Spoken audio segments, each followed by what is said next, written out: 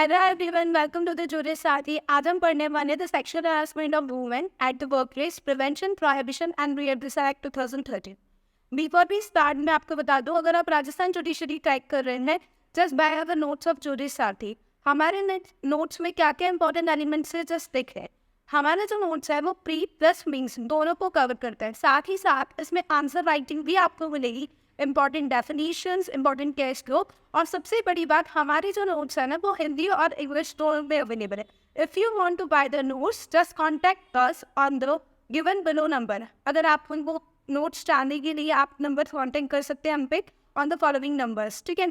आप चाहें तो हमें इंस्टाग्राम, यूट्यूब या अदर सोशल नेटवर्किंग साइट्स पे कॉन्टेक्ट कर सकते हैं, ठीक है। अगर आपको सैम्पल नोट्स बाय करने, then also to contact us. If you have any query regarding that, you also contact us. So हम स्टार्ट करते हैं क्वेश्चन, ठीक है।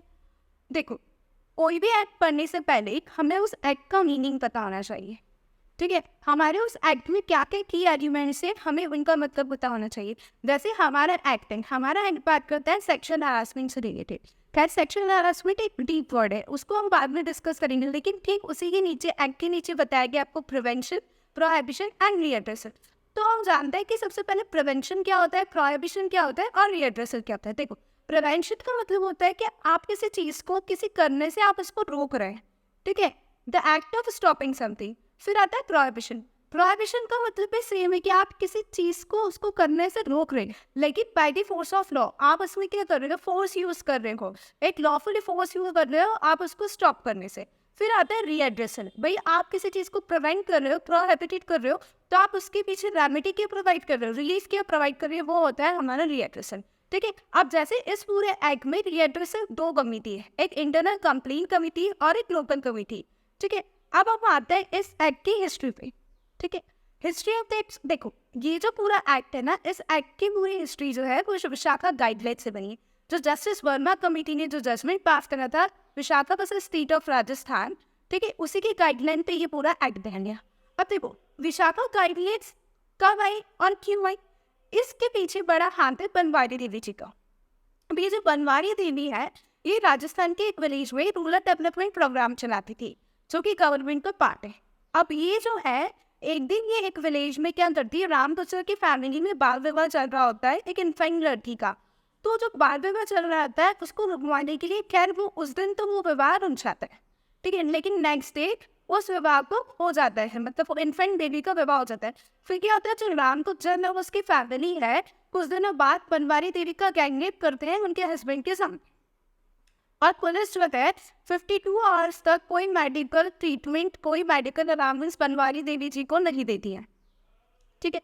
उसके बाद में क्या होता है, फिर बनवारी देवी के साथ में जो अदर एनजीओज है वो आई, और उनमें से विशाखा भी एक एनजीओ, इन सब ने मिलकर एक पिटीशन फाइल करी सुप्रीम कोर्ट में, और उस पिटीशन को नाम दिया गया विशाखा, ठीक है। Vishakha versus state of Rajasthan में बनवारी देवी को न्याय दिलाने के लिए वो पिटीशन फाइल की गई, और उसमें बताया गया कि कैसे वुमेन जो है सेक्सुअल हरासमेंट फेस करती है एट दी वर्क प्लेस। तो जब जजमेंट आया तो सुप्रीम कोर्ट ने क्या करा, विशाखा के गाइडलाइंस बने, और सुप्रीम कोर्ट ने साथ ही साथ ये बोला कि कोई भी वुमेन के फंडामेंटल राइट्स जो है वो वायलेट नहीं होना चाहिए। अगर वो वर्क प्लेस पे भी काम कर रही है तो उनको इक्वलिटी प्रोवाइड होना चाहिए, इक्वल डिग्निटी प्रोवाइड होना चाहिए। इसी के लेके सुप्रीम कोर्ट ने विशाखा गाइडलाइंस फॉर्म करी। फिर विशाखा गाइडलाइंस, हालांकि हमारी गवर्नमेंट होती है, इसलिए उन्होंने 13 साल बाद जो है विशाखा गाइडलाइंस को इम्प्लीमेंट करा और प्रोजेक्ट बनाया गया। हालांकि इम्प्लीमेंटेशन पहले भी हो गया, लेकिन इतनी पावरफुल तरीके से नहीं हुआ। अब क्या हुआ, इस पूरे जो एक्ट को है ना, बैकग्राउंड मिलता है फ्रॉम द कॉन्स्टिट्यूशन।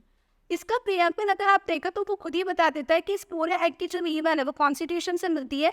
साथ ही साथ हमने एक ट्रीटी साइन करी थी, convention of elimination of all form of discrimination against women, ठीक है। जो यूएन से हमने ट्रीटी साइन करी, तो उस ट्रीटी का भी मेन मकसद था कि वुमेन को जो है वो प्रोटेक्शन प्रोवाइड करने, किस चीज़ से प्रोटेक्शन प्रोवाइड करनी, सेक्सुअल हरासमेंट से वुमेन के साथ कुछ गलत व्यवहार ना हो, इस वजह से हमने ट्रीटी साइन। तो हमें ट्रीटी को एनफोर्स कराना है, तो बट ऑब्वियस है हमें लॉ तो लाना पड़ेगा। सो इस पूरे एक्ट को जो बैकग्राउंड मिलता है वो कॉन्स्टिट्यूशन से मिलता है और यूएन के राइट से मिलता है, ठीक है। अब हम देखते हैं नेक्स्ट लाइन, इस एक्ट का स्ट्रक्चर क्या है। देखो, ये जो एक्ट है ये बहुत छोटा सा एक्ट है, इसमें टोटल 40 सेक्शंस है, 8 चैप्टर्स है, ठीक है। और ये जो एक्ट है ये एनफोर्स हुआ था 9 दिसंबर 2013। अब हम बात करते हैं इस एक्ट की प्रियम्बल। जैसे मैंने अभी पहले भी बोला कि इसका प्रियम्बल ही बता देता है कि ये जो एक्ट है हमको एनफोर्स करने का रीजन ही कॉन्स्टिट्यूशन है और यूएन की जो है वो राइट्स है जो हमने ट्रीटी साइन करी थी। आइए हम जानते हैं इस एक्ट की प्रियम्बल को। प्रियम्बल क्या बोलता है? An act to provide protection against the sexual harassment of women. ये एक्ट सीधी सी बात बोलता है और कोई बकवास नहीं करता है कि इस एक्ट का मेन मकसद ये है कि जो वुमेन वर्क प्लेस पे काम कर रही है उनको प्रोटेक्शन प्रोवाइड करना। ठीक है, prevention redressal of complaints of sexual harassment और उनसे रिलेटेड जितने भी मैटर्स है उनको। देखो ये बोला मेरा सेक्सुअल हैरेसमेंट, अगर सेक्सुअल हैरेसमेंट का रिजल्ट है कि वायलेशन ऑफ फंडामेंटल राइट्स, अगर आपको लग रहा है कि आपके सेक्सुअल हैरेसमेंट से फंडामेंटल राइट्स को वायलेट हो रहा है, आर्टिकल 14 जो कि राइट टू इक्वलिटी की बात करता है, 15 डिस्क्रिमिनेशन की बात करता है, आपकी राइट टू लाइफ या आपकी डिग्निटी पे कोई अफेक्ट कर रहा है, तो क्या होगा? वो सेक्सुअल हैरेसमेंट की कैटेगरी में आ जाएगा। और इन्हीं सबके लिए क्या करा गया कि आपको सेक्सुअल हैरेसमेंट से प्रोटेक्शन दी जाएगी वर्क प्लेस पे, ताकि आपकी जो डिग्निटी है वो मेंटेन करके रहे। साथ ही साथ इसका जो थर्ड पैराग्राफ ये बोलता है कि आपने जो है university protection against sexual harassment and right to work dignity, ये बोला कि आपके जो सेक्सुअल हैरेसमेंट्स हैं और जो राइट टू डिग्निटी है ये तो आपको यूनिवर्सली रिकॉग्नाइज ह्यूमन राइट्स भी बताते हैं। जब आप उस ट्रीटी को साइन करिए तो बट ऑब्वियसली आपको उनके लॉ को भी एनफोर्स कराना पड़ेगा और ताकि उनसे वायलेशन उनके अगेंस्ट कोई लॉ न बने। ठीक है, और ये जो UN convention of elimination of discrimination rights ने ये रेटिफाइड कब हुए थे? 25 जून 1993 को। किसके द्वारा किया गया था? By the government of India. Last में हमने बोल दिया कि इस कन्वेंशन का मेन मकसद पे यही है कि आपको वुमेन को सेक्सुअल हैरेसमेंट से प्रोटेक्ट करना है। ठीक है, ये जो पूरा एक्ट है इस पार्लियामेंट ने 64th year of Republic of India के बाद में इनैक्ट किया गया। ठीक है, अब आता है हमारा इस एक्ट का ड्रॉबैक्स। ठीक, देखो कोई भी एक्ट हो कोई भी चीज़ हो कमियां तो रहती ही है। ठीक है, तो इस एक्ट में भी पूरे कमियां हैं।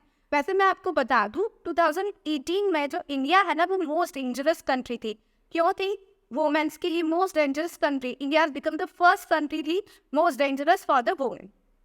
ठीक है, मार्था फैगन एक फाउंडेशन है, 2018 में उसकी रिपोर्ट आती है, आप वो बताती है कि पहले आपने पॉश एक्ट को इम्प्लीमेंट तो कर दिया लेकिन आज भी लोकल कमेटी जो है अपने रोल्स और रिस्पॉन्सिबिलिटी से अवेयर हुई है और कई कई जगह पे भले 10 से ज़्यादा मेंबर है लेकिन इंटरनल कमेटी नहीं है। तो सबसे पहला ड्रॉबैक ये है कि हमें लोकल कमेटी कैसे फॉर्म करनी है, हमारे क्या रोल्स एंड रिस्पॉन्सिबिलिटी यही नहीं पता। दूसरी चीज़, ये जो पूरा एक्ट है इसमें सिर्फ एम्प्लॉयर और एम्प्लॉय के बारे में बताया है कि वर्क प्लेस पे काम करने वालों के लिए बताया, लेकिन ऐसी कहीं बहुत सारे वुमेन से बहुत सारे स्टूडेंट्स हैं जो कि सेक्सुअल हरासमेंट फेस करते हैं।